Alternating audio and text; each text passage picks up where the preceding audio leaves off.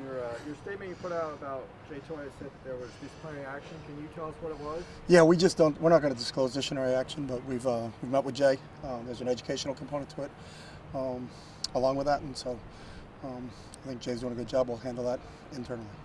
Will he be able to play in the game? We'll handle that internally.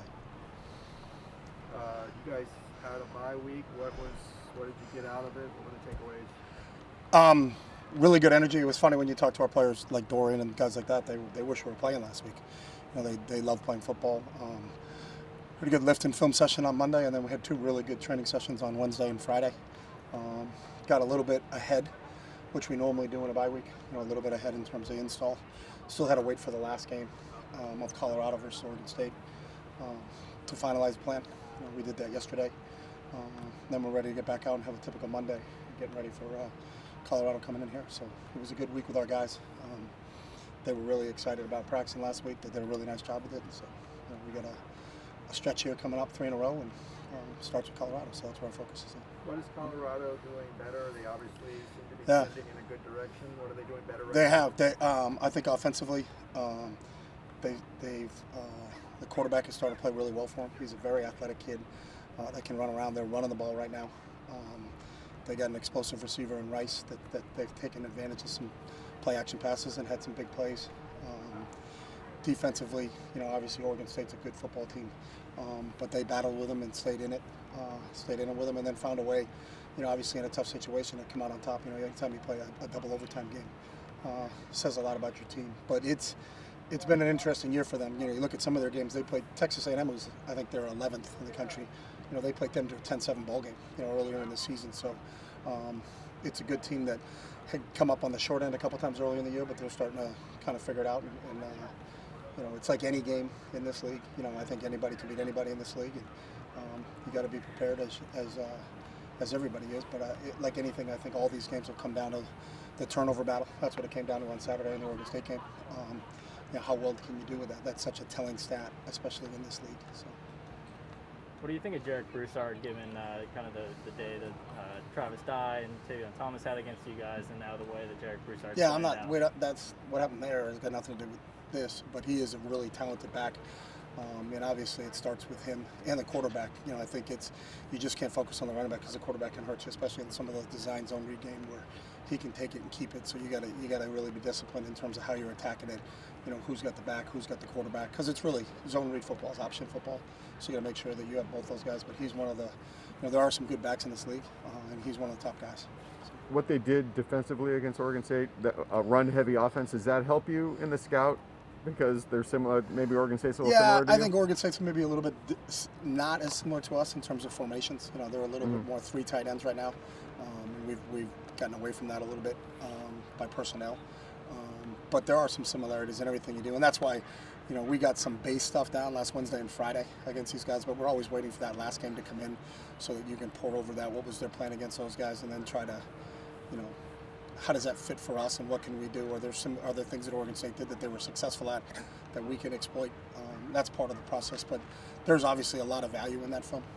There's some things we can do that Oregon State did, so you know, we'll continue to try to implement that as we go forward this week. Why have you gone away from multiple tight ends? Is well, it one of Mike them's not Martinez? one of them's Yeah. not available right now, Okay. so Yeah. you know, it's just, again, you're driven by what's available. You know, that's just the gist of everything that you do. So who's available to you in each and every game, and then that obviously changes. You know, that's obviously, look at Cal. You know, what was available to Cal on Saturday. You know, I talked to Justin earlier in the week about it, and you know, he's down. I think he lost 20 kids, you know, going into that Arizona game. So your plan isn't always, hey, this is what we do. It's every week changes, and you know, he's an example of it didn't change till the end of the week for him. You know, all of a sudden now all these guys are out. Now what do we do? So it's well, tell me who's available, and then we'll implement a plan. We'll implement a plan based upon what's available to us. So. Does that change your COVID protocol at all when that could hit a team? No, I mean, we can still continue to talk about it and still continue to do it. We meet in a certain manner, so that's a little bit different. Some of our guys aren't in their meeting rooms, and like Coach Fry's in the lobby, you know, so we can spread people out. Nobody in a practice situation is within each other, within 15 feet of each other 5 feet of each other for more than 15 minutes. You know, our periods are in and out. We get out of it.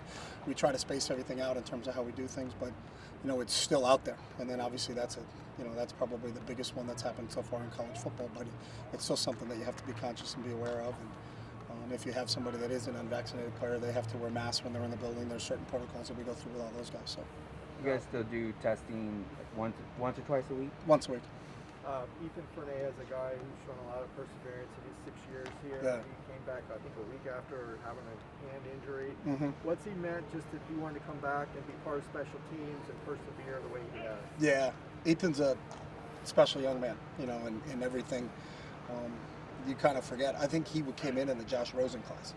You know, he's still playing. I think we had talked about it before, we were joking about it. I think it was 15 was his senior year in high school, and we're in 21, and he's still here. He's a 6-year senior.